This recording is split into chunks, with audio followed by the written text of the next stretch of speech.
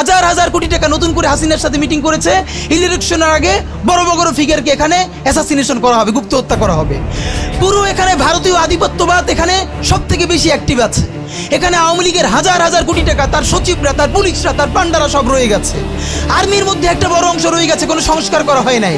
তারা বারবার স্যাবোটেজ করবার চেষ্টা করছে, এই রাষ্ট্রকে, এই সরকারকে ফেল করানোর চেষ্টা করছে।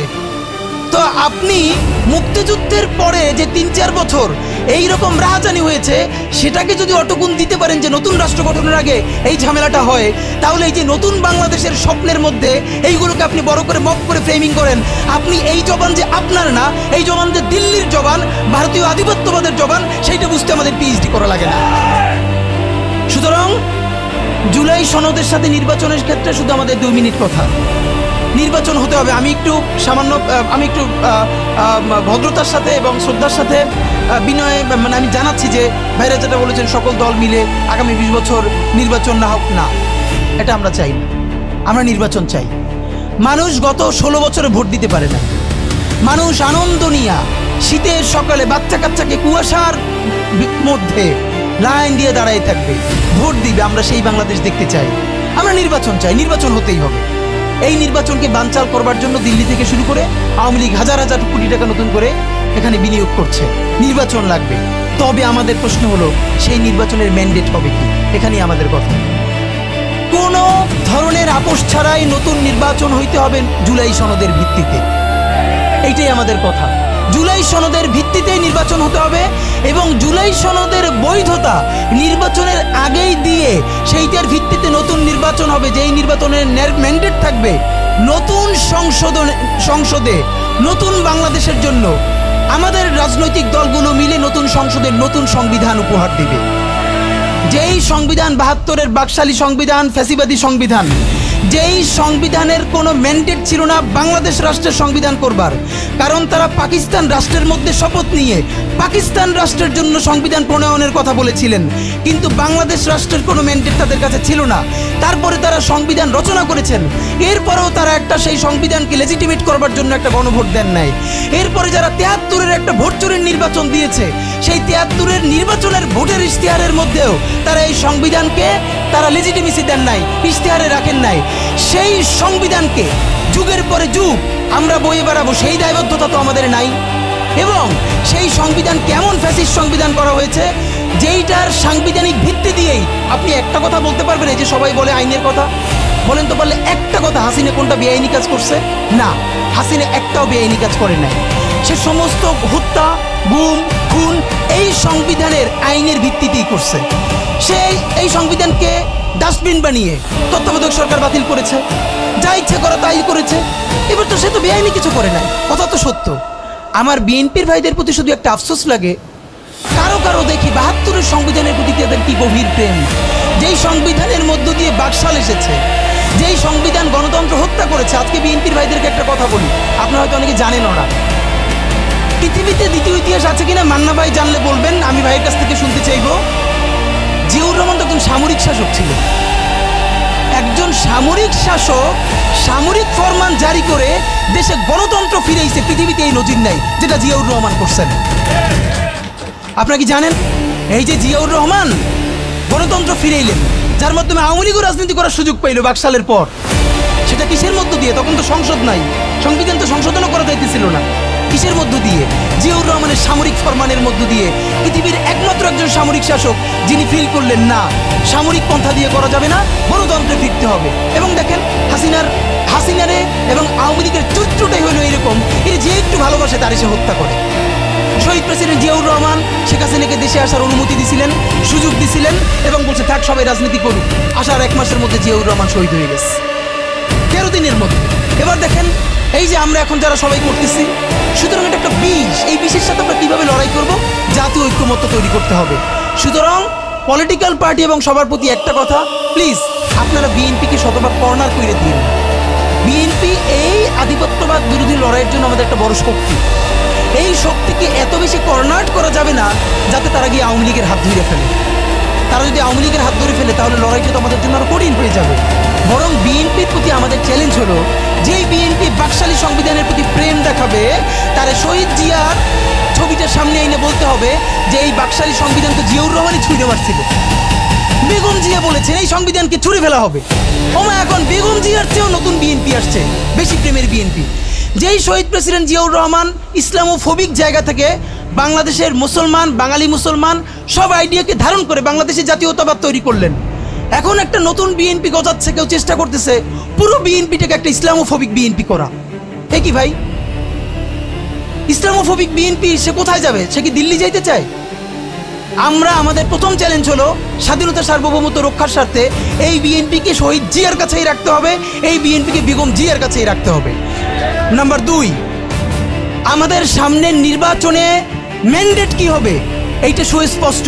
জুলাই সনদের ভিত্তিতে যদি নির্বাচন না হয়, এই নির্বাচন আপনারা চাইলে করেন, আমরা কেউ ভোট দিতে যাব না। নাম্বার 3, সেই নির্বাচনের পরে সংসদের ম্যান্ডেট কি হবে?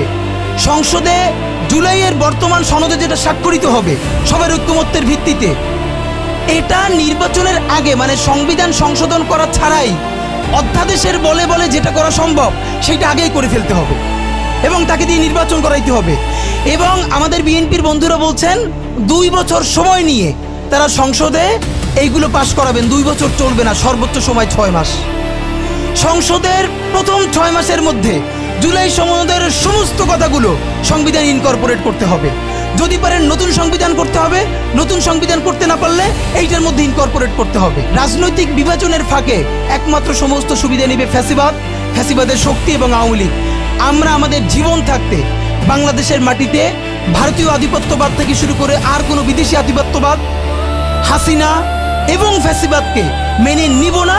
এবং আমরা যদি শহীদ হয়ে যাই, আমাদের সন্তানেরা লড়বে, তার সন্তানেরা লড়বে, কিয়ামত পর্যন্ত বাংলাদেশ নামক জমিন যতদিন বেঁচে থাকবে ততদিন পর্যন্ত আজাদির সন্তানেরা লড়াই করবেই করবে। ওদেরকে স্কুলে, কলেজে, ইউনিভার্সিটি দিনের পরে দিন কাউন্সিলিং করা উচিত ছিল। আপনি কাউন্সিলিং করেন নাই, ওদের পুনর্বাসন করতে পারেন নাই, শহীদদের পরিবারের পুনর্বাসন করতে পারেন নাই। এখন এই ছেলে মেয়েগুলো দেখে যে এই রক্তের মধ্য দিয়া সে চিরতরে অন্ধ হয়েছে, পঙ্গু হয়েছে, এখন তারপর ন্যূনতম বিচারই শুরু হয় নাই, বিচার নাই, সংস্কার নাই।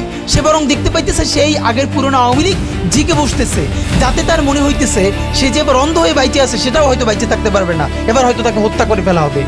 সেই রিয়াকশনে সে কাউকে গালি দিচ্ছে। এই গালিকে আপনার এত অপবিত্র মনে হয়, কিসের সাথে তুলনা দেন? গত 15 বছর যার তুলনা একমাত্র জাহান্নামের সাথে হইতে পারে। তো আপনারা কি বুঝাইতে চান আমাদেরকে? এগুলো মনে করেন আমরা বুঝি না? নাম ধরে বললে পলিটিক্যাল পার্টিগুলো বেশি প্রেশার ফিল করে।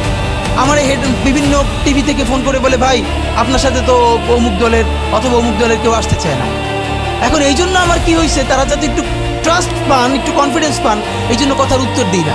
আমার এক বড় ভাই টকশোতে বললেন, তুমি থাক, ওনারা মুরব্বী মানুষ, তুমি যদি 2 শব্দ কম বলো তোমার জীবন পইরিয়াছে, কিছু হবে না।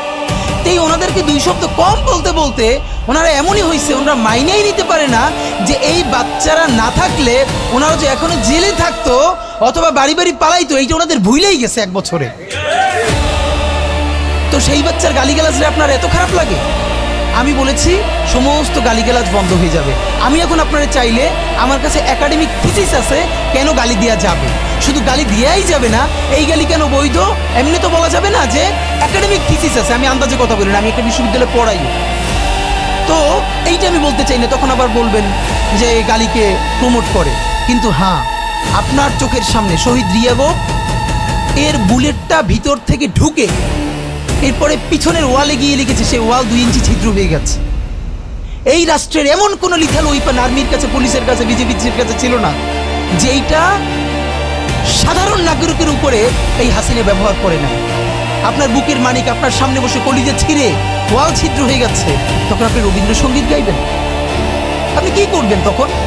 এখন মুশকিল হলো, এই গালি নিয়ে যারা কথা বলে তার কোনো সন্তান শহীদ হয় নাই, তার বাবা মাও শহীদ হয় নাই, কেউ অন্ধ হয় নাই, পঙ্গু হয় নাই, তাই গালি এত বিষ লাগে। আর আওয়ামী লীগ তার মধুর মতো লাগে। তো এখন আমি সর্বশেষ যে কথাটা বলতে চাই, আপনারা একটা মিডিয়ার ভাইয়েরা কাইন্ডলি শুরু চেষ্টা করে দেখেন। এই যে গৃহযুদ্ধটা হওয়ার কথা ছিল, হইল না, তো অশান্তি তো কিছু থাকবেই, আমরা তো রাষ্ট্র গঠন করব। এরপরও তো তুলনামূলক অনেক কম হচ্ছে।